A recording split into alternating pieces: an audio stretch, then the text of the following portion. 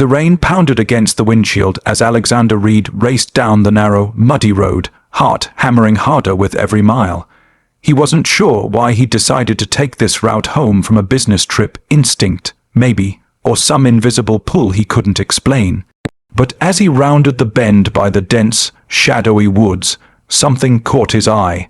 A flash of white, a figure stumbling at the edge of the trees. Without thinking, he slammed on the brakes, tires skidding in the wet earth. He got out, the cold rain soaking him in seconds. His heart dropped to his stomach when he saw her, a young woman, barefoot, drenched and chained by the ankle to a rotting tree stump. Her eyes, wide and wild with terror, locked onto his, silently pleading. She tried to speak, but could only manage a broken sob. Alexander, a man who had built billion-dollar companies from nothing after losing his wife to cancer, wasn't easily shaken, but this shattered him.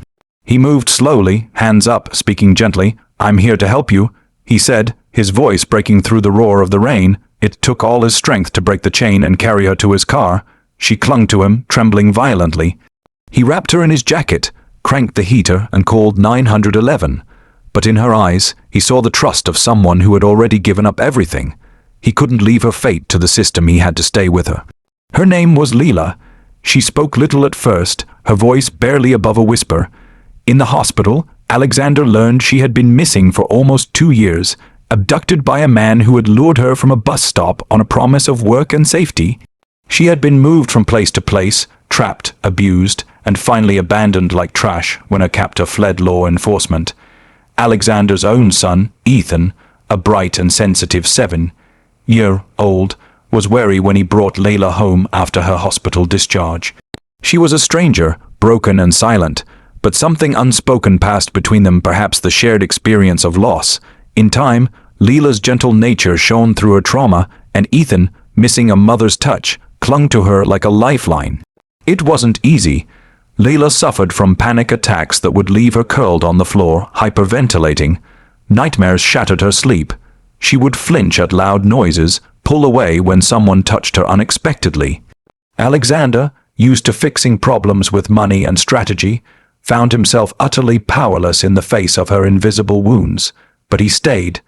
Every night he sat outside her door so she wouldn't feel alone.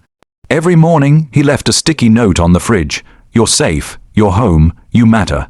Little by little, the fortress of fear around her heart cracked. She started baking with Ethan, filling the empty mansion with the warm, buttery scent of cookies and laughter. She started reading books again, singing to herself in the garden. Life slowly and painfully returned. Still, not everyone was supportive. Alexander's business partners warned him about the optics. A scandal waiting to happen, they said, a liability. Friends suggested he send Layla somewhere else, a facility, perhaps where professionals could handle her. He ignored them all. He knew what it was to be abandoned when you needed someone the most. The biggest challenge came when Layla was subpoenaed to testify against her abductor. She was terrified. Facing him in court meant reliving everything, the pain, the fear, the hopelessness. She almost ran, packing a bag one night with shaking hands. Alexander found her at the door, tears streaming down her face. "I can't," she whispered. "I'm not strong enough." He knelt before her, taking her hands in his. "Leela," he said, voice thick with emotion, "strength isn't about not being afraid. It's about doing the hard thing even when you're terrified. You've already survived more than most people can imagine. You're the bravest person I've ever known." With Ethan's hand made good luck card tucked into her pocket, Leela faced her past in that courtroom. She spoke with a voice that trembled but never broke.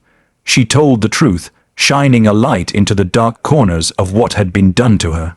And when the verdict came back guilty, a weight she hadn't realized she was carrying lifted from her soul. Afterward, life didn't magically become perfect. Healing is not linear, and there were setbacks and bad days. But Alexander and Ethan were there for every step, offering love without conditions.